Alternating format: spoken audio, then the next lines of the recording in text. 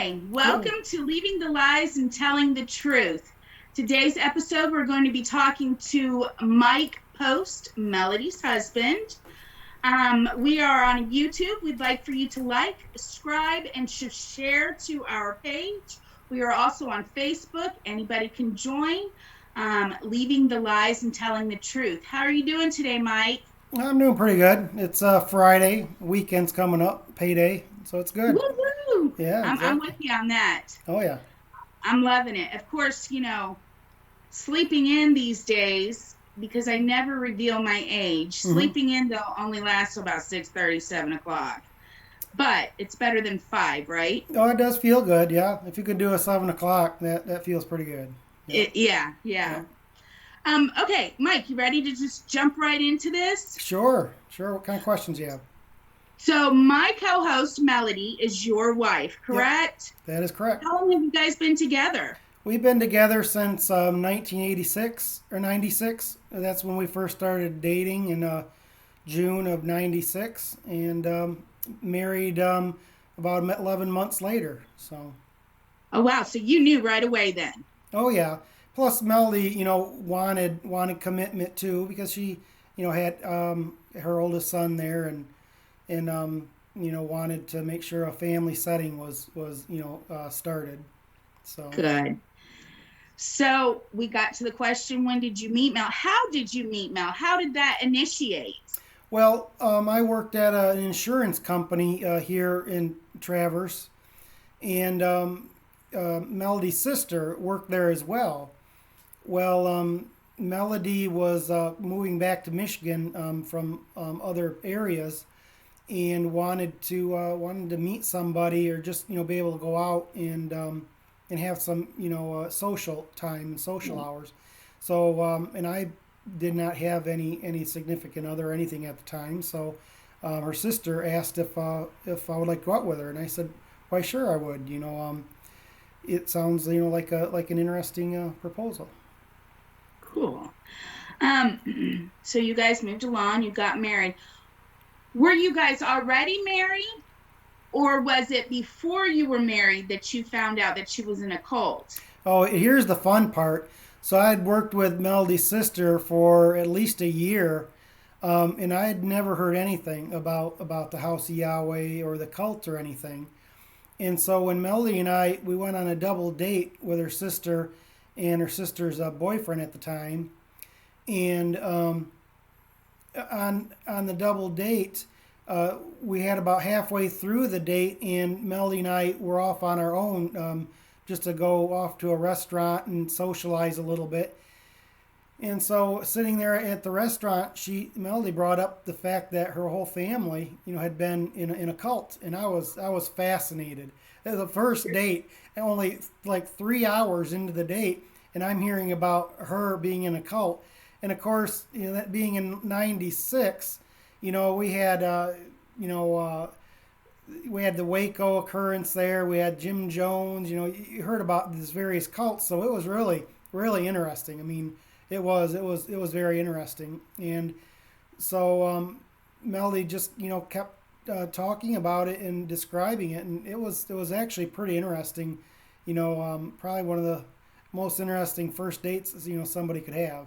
So. So So is it fair to say that your first initial reaction to finding out she was in a cult was cool, was pretty cool? Well, I think what I found so interesting about it was just the life lived. There's so many people out there that quite often do not do a lot of interesting living or kind of varied things. And so to find out that I'm going on a first date with somebody that had been in a cult, that made it interesting right from the get go, and Right. kind of promised for more revelations to come. As we dated, throughout the summer of '96. So. Well, that's awesome. That's awesome. I've talked to some people who are like, yeah, when I said something, they immediately left. Um, what side effects of being in a cult most affected your marriage? And then how did you deal with the issues? Well, first of all, I believe I'm pretty open minded in a lot of areas, and I think spirituality is one area I'm pretty open minded. Um, and so having the cult be part of the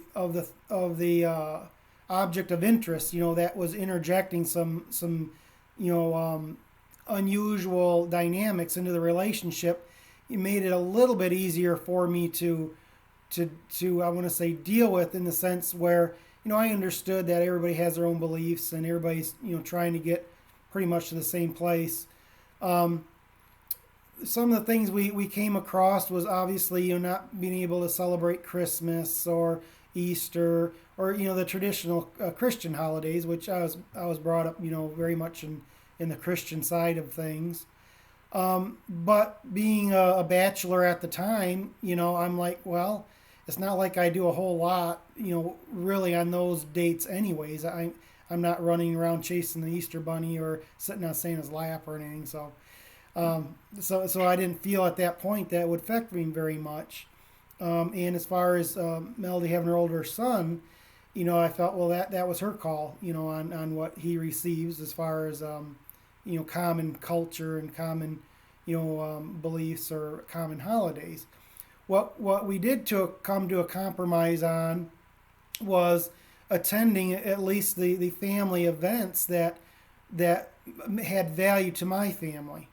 So my mom and dad, always did Thanksgiving. My mom and dad always, performed Christmas and Easter, and so we still went on those holidays. On the day actually at my mom and dad's, and we just asked not to have an overabundance of materialism presented. Maybe kind of more settle on the more religious aspects of those days as much as possible. And not to say that the children didn't get some Christmas gifts. It just wasn't made, this huge Santa fest, or Easter wasn't, just dwelled on about the ducks and the rabbits and all that. It was pretty much was, focused on Jesus's resurrection.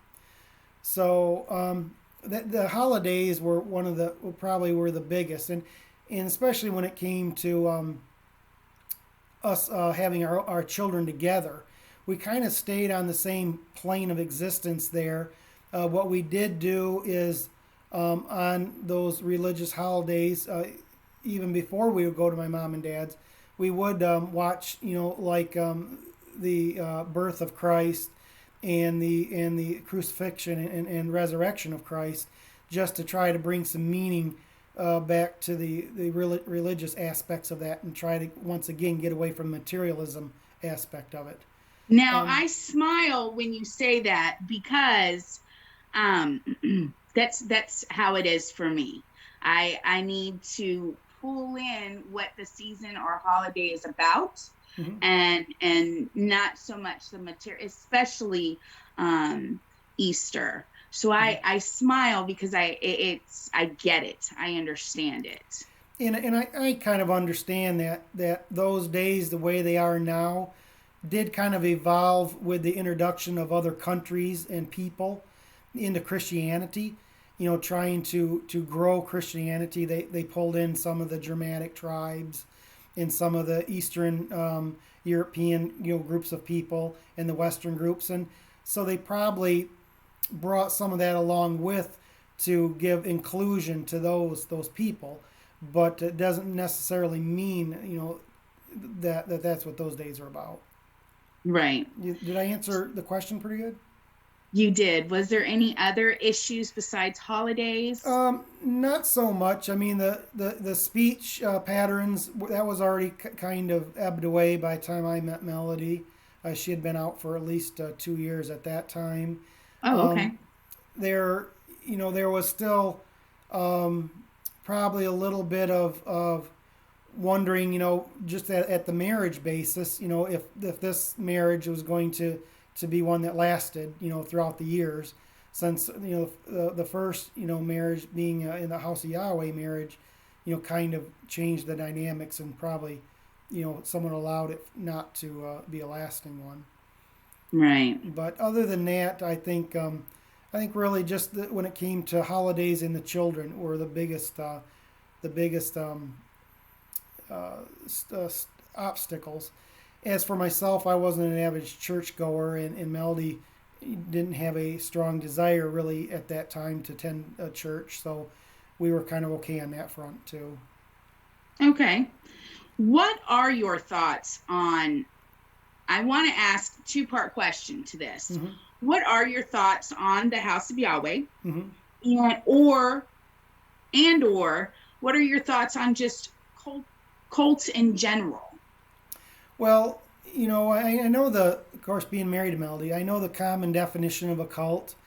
And even a lot of the common religions would actually fall into that category. But I think the main difference between some of the major religions and a cult such as the House of Yahweh is the destructive nature that occurs to the human, the part of the patronage, to the person themselves. It basically, when you as a religion tell your people that other people must be wrong and must suffer and must be there for ridicule, then they're already starting to set the seeds of why you have to tolerate such extremes. And in the House of Yahweh, from everything I've heard and listened to and watched, it's about extremes, and it's almost like the more outlandish the idea, the more likely it is that those who stick with the idea, will go another step further and another step further. As where a lot of the mainstream religions almost have had a long time to figure out that you can only push so far, and then you'll get backlash, and so they've kind of moderated to a point to where they try not to as much put down other religions or other people and what other people believe. They hopefully just try to profess the good word of the Lord and God, and let that be enough. Hopefully, lighting on the love thy brother type of effect, because that's Yes. really short of Revelations. That's really where the New Testament kind of settled as far as is how you should live your life. Is love unto your brother as you love yourself. Do unto others as you do unto yourself. So the idea is really a spirit of love and cooperation and tolerance. And you can, I think, generally tell a cult that's going down a dangerous road when there's that element of intolerance. As soon as you see an intolerance of other people and other religions, then it's going to go scary places, because it's really a need to give the people a reason why they're going through such obstacles. And that means other people must not be able to go to the same place that the saved people are going to. You So know, so Mike, that's a very valid point that you have there. I had never really thought about it before. And actually you and I had spoken earlier in the week, and I had never, and I had been in there, and I hadn't seen it from that point. So I'm really thankful that you had said that's intolerance for other beliefs.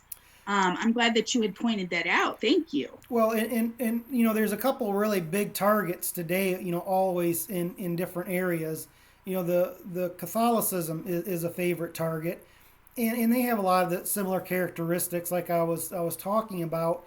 The difference is a bit is they're not highly destructive, generally speaking, to the common parishioner, and that one thing that you need to consider is everyone has their own way to spirituality.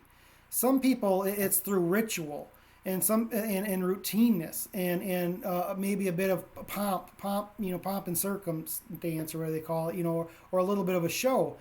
To other people, religious and worship is about singing and feeling really light as a feather and loving the music. To others, it's being consistently given, what God would like out of you in the most positive attributes and in the most positive aspects. And for some others, it's probably, the threat of brimstone and fire. Everybody has their own method. Actually, myself, I kind of find my being of spirituality out in the outdoors, in the forest and the trees and the lakes and the streams and the mountains and the valleys. Um, for me, I figure that's the hand of God. He created all that, and so it's got to be pretty pure and pretty uplifting. So I agree with that. When I go to the beach, I just sit there and turn on my music, and that's when I really feel his presence and feel very close to him.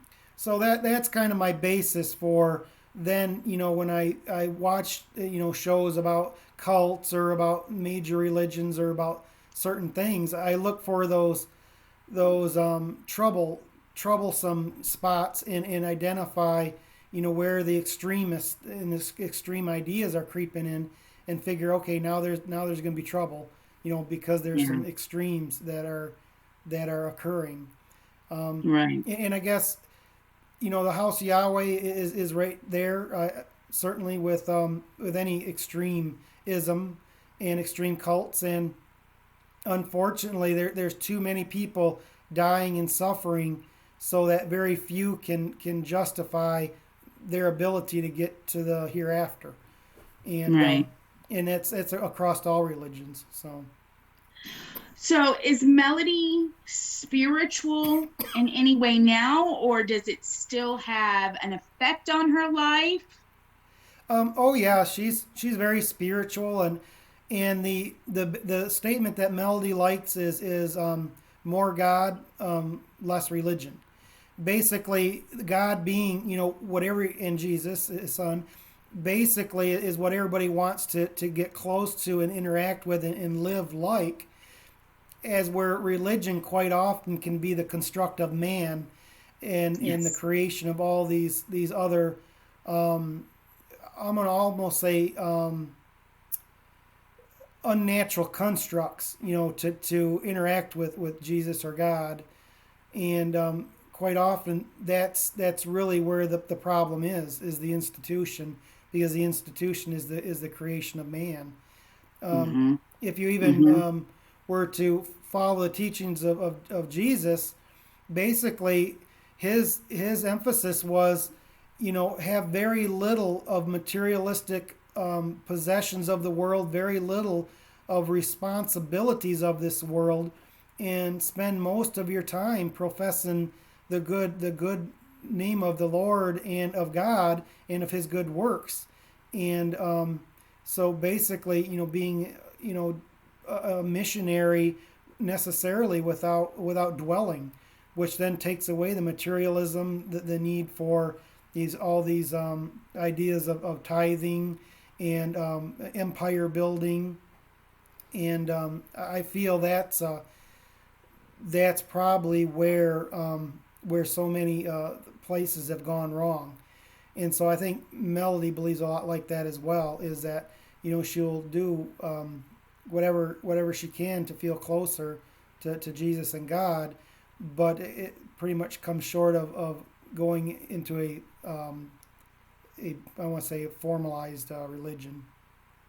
So you seem pretty open-minded. So the transition for Melody to is it easy for you because you are so open-minded that she does not want to be a part of a formal religion and that she just kind of communes at her own pace? Is that relatively easy for you to deal with? Yes, actually, it's quite easy because we get similar enjoyments out of the outdoors. So whenever we're out there together, I'm being fulfilled spiritually, and Mel's enjoying the outdoors as well. And when Mel, would be or is wanting to commune with Jesus or God, she'll find a time and a place to do that. And it's probably easier that we both have our own little niche, because I think we both would have some issue with an organized religion. just because I feel like so much of it is superficial and a bit fake, and but I understand that that's the way some people feel fulfilled spiritually. So I can't be too hard on it because somebody Right. is getting fulfillment out of that. It's just not a fulfillment that I would get out of that, and I don't believe in a lot of cases Melody wouldn't either. Do you see any of the residue left of the cult in her? Any that would be an issue, or do you see more of a positive side to her now? No, I think it's all positive. I mean, she's getting all kinds of fun socialization out of the House of Yahweh interactions, and you know, and she's you know, just being able to connect with old friends and everything, and to offer up help and assistance. And Yes. Melody is very much a people person, and everything that she's doing with the House of Yahweh members and the groups and everything really is a people type of effect. It's a social interaction and social benefit kind of thing. By the way, Melody, I see your shadow on the back wall. Mike, is there any advice for somebody that you would give in your shoes, but that is new to the process with somebody who's left a cult or an abusive relationship in general? Definitely, yeah. Certainly, look at a destructive religion, a cult, and a bad relationship pretty much exactly the same, to where there's a victim, of circumstance, whether it's a religious, circumstance or a relationship circumstance. And, you know, I would say that if someone's been victimized, they need to heal from that. They need time to heal from that. If anything's proven on planet Earth here is nothing lasts forever, and everything has its own place and time. And if you just give enough time, just about anything will be able to work out. But there'll need to be patience and tolerance, but on both sides.